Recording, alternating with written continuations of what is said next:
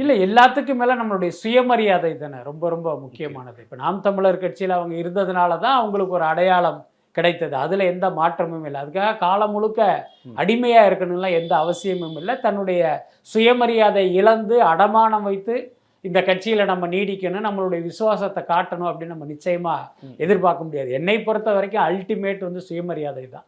அதுக்கு பங்கம் வந்தால் நம்ம எதை வேண்டுமானாலும் இழக்கலாம், உயிர் உட்பட.